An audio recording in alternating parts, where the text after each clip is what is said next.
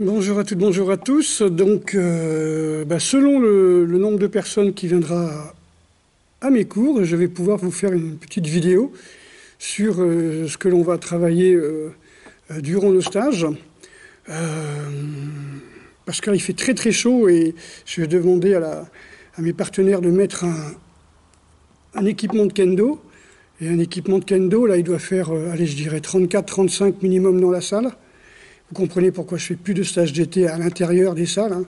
Une fois, on avait acheté 4 ventilos. On a tous chopé la crève parce que les ventilos, ça brasse de l'air alors que nous, on transpire. Quoi. Le corps cherche à se rafraîchir et nous, on veut sécher la transpiration. Bon. Voilà, donc je vais attendre, je vais voir. Et puis, à ce moment-là, je vous ferai quelques petites démos. Pour répondre à la question qu'on m'avait posée, non, je ne me sers pas de ces... Makiwara à tout rafistolé. D'ailleurs, il y a plus de 20 ans, quand la mairie a créé ce gymnase pour remplacer notre gymnase qui avait été cassé, qui avait été détruit, pour faire un parking, il nous a dit, tiens, les karatékas qui ont déjà leur salle et leur bureau veulent venir dans la salle, et tout ça, ils nous ont demandé l'installation de Makiwara. Et moi, je leur ai dit, ok, mais personne, pratiquement au Japon, n'utilise le Makiwara. C'est complètement désuet, ça date d'une époque où on devait se casser les poings.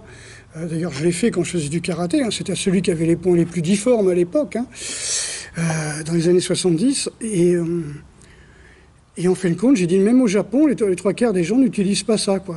Quelques professeurs à Okinawa, quelques styles extrémistes jusqu'aux bouddhistes, parce qu'un pléonasme pour un japonais.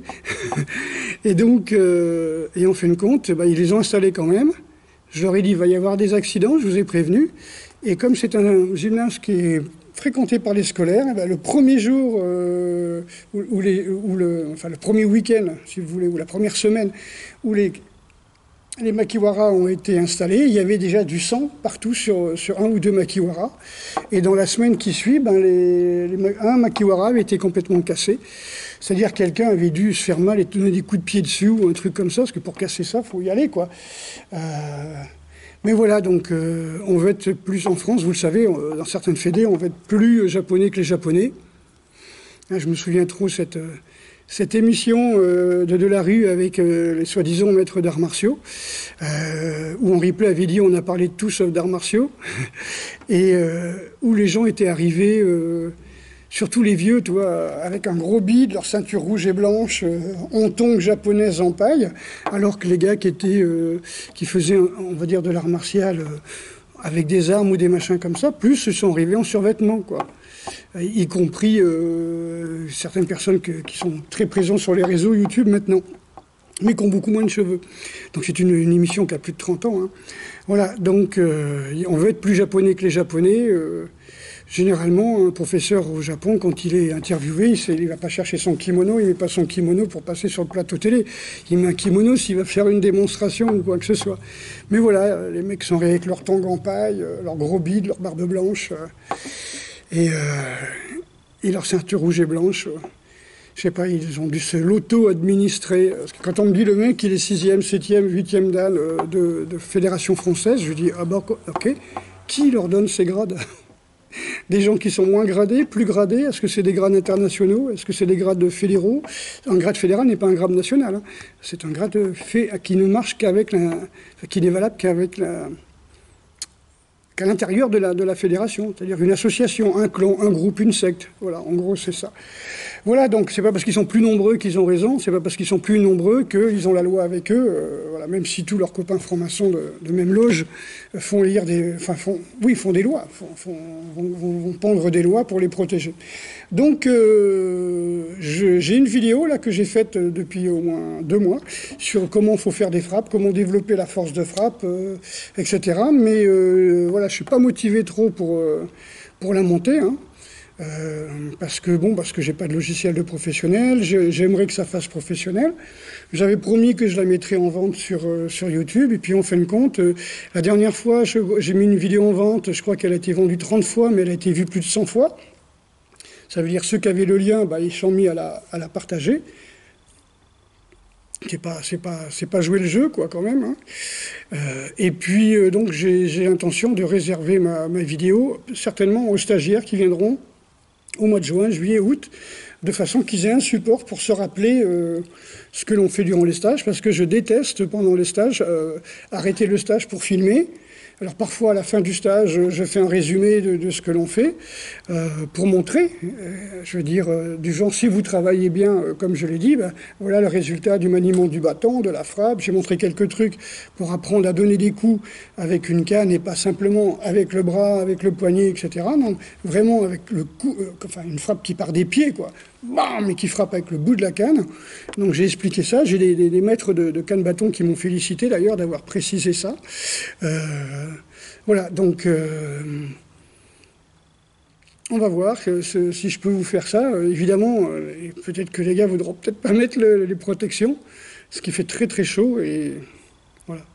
Ok, donc bienvenue à mes stages. Hein. Donc là, on en a 15, 16, 17, 18. Et après... on dit 20, 21, et après je crois que c'est 22, 23, 24, 25 peut-être, voilà. Donc juin, et après juillet, août, je peux peut-être pas faire comme la dernière fois, en faire un toutes les semaines. Il fait très chaud, on ira dans les bois, on va travailler tranquillement dans la nature, donc on parlera pas de survivalisme, on n'apprendra pas à chier dans les bois ni à faire du feu. Hein. Ça c'est un truc que je trouve débile, c'est que les gens parlent de survivalisme en faisant du feu, alors qu'un feu ça se voit à 10 km, quoi, tu vois.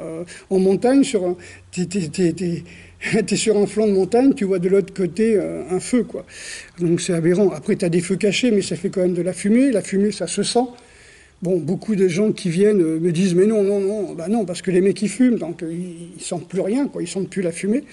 Et donc, eux, ils sentent la clope à 10 mètres, mais eux, ils sentent plus la fumée à 800 mètres, toi. Donc c'est quand même grave. Je pense que si on veut travailler sur sa survie, le vrai survivalisme le vrai survivalisme, hein, même pas entre guillemets, j'allais dire, non, pas entre guillemets, c'est déjà de rester en vie, de rester en bonne santé, de ne pas faire de feu, de ne pas avoir froid, de pouvoir jeûner pendant au moins 10 jours, voilà, tous ces trucs-là, ça c'est du vrai survivalisme. Et tu n'as pas besoin d'être dans les bois pour faire ça. D'accord ? Je trouve ça... C'est mieux que si on est dans les bois pour jeûner tranquillement, voilà, on est avec sa copine dans une tente, on va dans les bois, on fait un peu de camping sauvage, pourquoi pas. Mais c'est pas la peine de payer un stage pour pas bouffer pendant 5 jours, par exemple.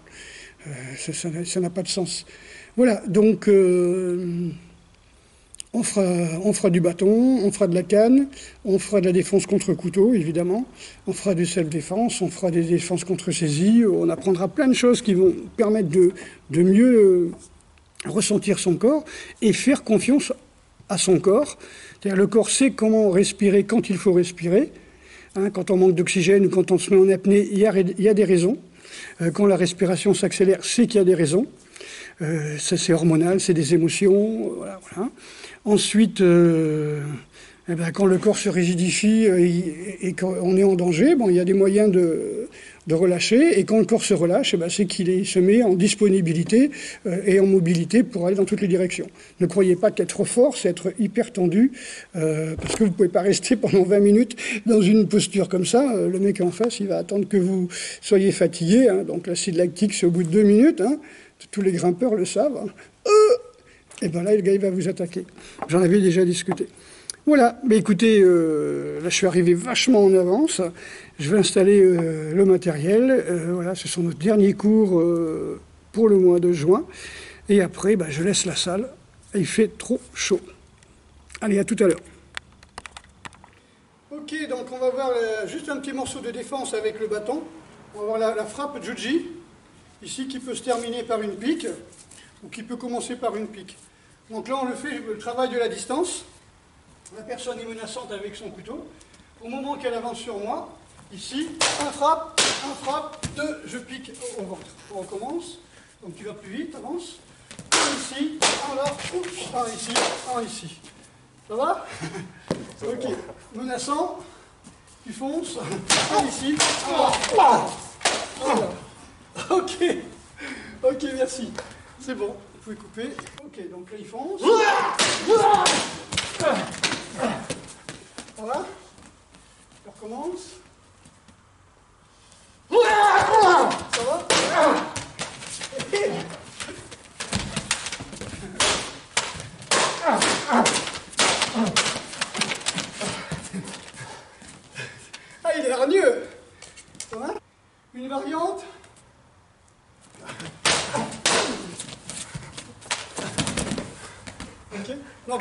genou.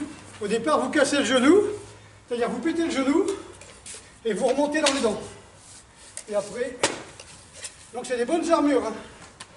Ok, c'est bon. Donc pour l'entraînement, il vous faut un sac de frappe, un Fukudo Shinai et ici, ici où les jambes. Ici. D'accord. Voilà. Donc voici avec deux poids de 2,5 kg. Vous pouvez éventuellement garder les épaules toujours en l'air. Ici. Toujours en l'air. Et comme j'ai montré tout à l'heure, simplement le mouvement de base comme ceci.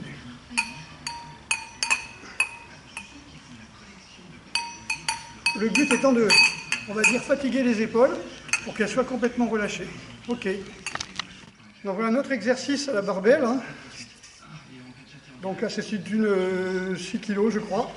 Donc toujours pour l'avant-bras, vous pouvez travailler comme ceci. Essayez de rester le plus droit possible. Comme ça vous marchez sur place. Vous pouvez mettre beaucoup moins haut si vous voulez. Le but étant de travailler l'avant-bras.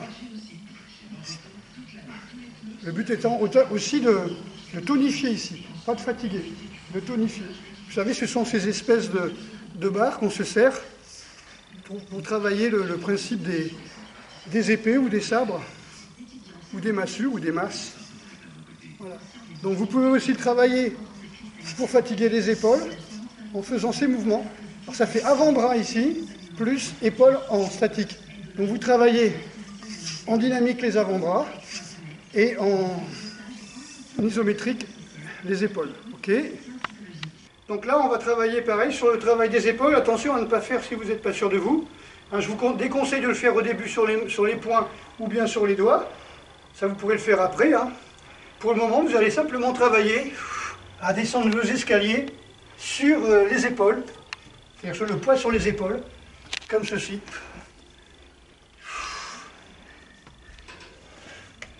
Donc répartissez bien.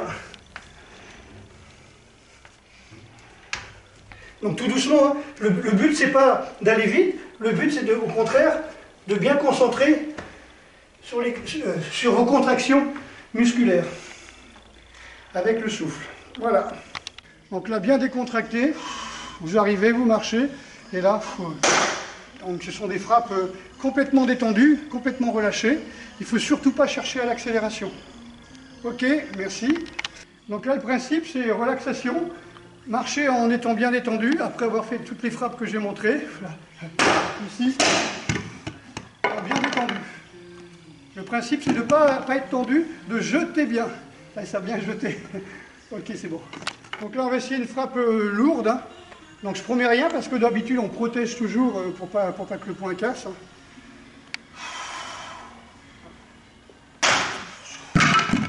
Donc vous voyez là, c'est une frappe poussée en fin de compte. C'est la même, mais frappe poussée.